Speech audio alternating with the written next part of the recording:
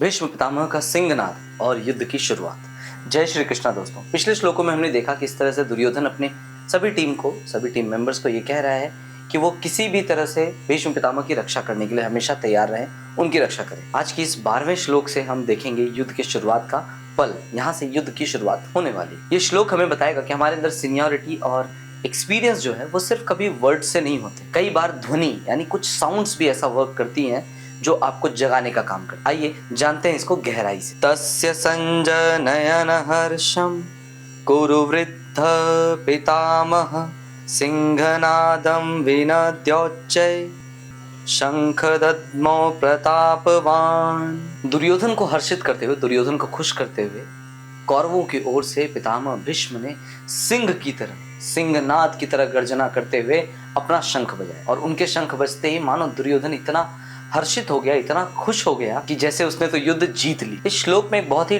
Deep बात जो है वो छुपी हुई। आखिर पितामह भीष्म ने शंख क्यों बजाया? जब उन्होंने देखा कि दुर्योधन अपनी टीम को ये ऑर्डर दे रहा है कि पितामह भीष्म की रक्षा करने की, क्योंकि हमने देखा है पिछले श्लोकों में कि दुर्योधन ने अपने सभी टीम मेंबर्स को, अपने सभी योद्धाओं को ये कहा था कि आपको हर हाल में पितामह भीष्म की रक्षा कर। तो जब पितामह भीष्म ने इस बात को सुना तो चूंकि पितामह भीष्म एक बहुत बड़े और महान योद्धा, उनके पास इच्छा मृत्यु का वरदान, उसको आप अलग रखिए, उसके अलावा वो स्वयं परशुराम के शिष्य थे। और परशुराम का शिष्य होना कोई आम बात नहीं है, बहुत बड़ी बात है, क्योंकि वो सबको वो अपना शिष्य नहीं बनाते। तो पितामह भीष्म उनके शिष्य, तो पितामह भीष्म ने कहा कि उनको किसी की रक्षा की जरूरत नहीं है, वो अपनी रक्षा स्वयं कर सकते। इसलिए उन्होंने सिंह की तरह, यानी एक शेर की तरह दहाड़ने जैसी एक सिंहनाद करके उन्होंने अपना शंख बजाया। और इससे उनके टीम में खड़े सभी लोगों में जो एक हिम्मत जाग। कहते हैं ना कि मतलब आपको मोटिवेट होने के लिए, जैसे हमारे में क्या है कि हम लोगों को मोटिवेट होने के लिए सबके अलग अलग तरीके होते हैं। किसी को म्यूजिक पसंद आता है, किसी को कुछ लाइंस जो है वो पसंद आती है,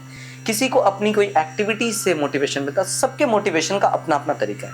तो यहाँ पर युद्ध के लिए मोटिवेट करने के लिए जो है पितामह भीष्म ने शंख बजाया है।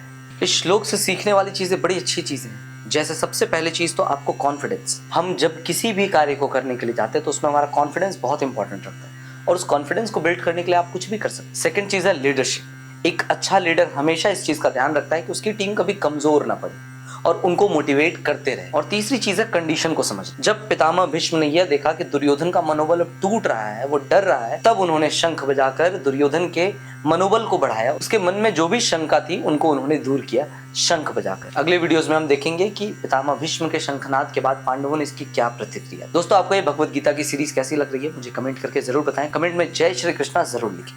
और अगर ये पसंद आया हो आपको तो अपने फ्रेंड्स और फैमिलीज में वीडियो को जरूर शेयर करें। मिलते हैं आपसे अगले श्लोकों में। जय श्री कृष्णा, जय श्रीमन नारायण, जय श्री राम।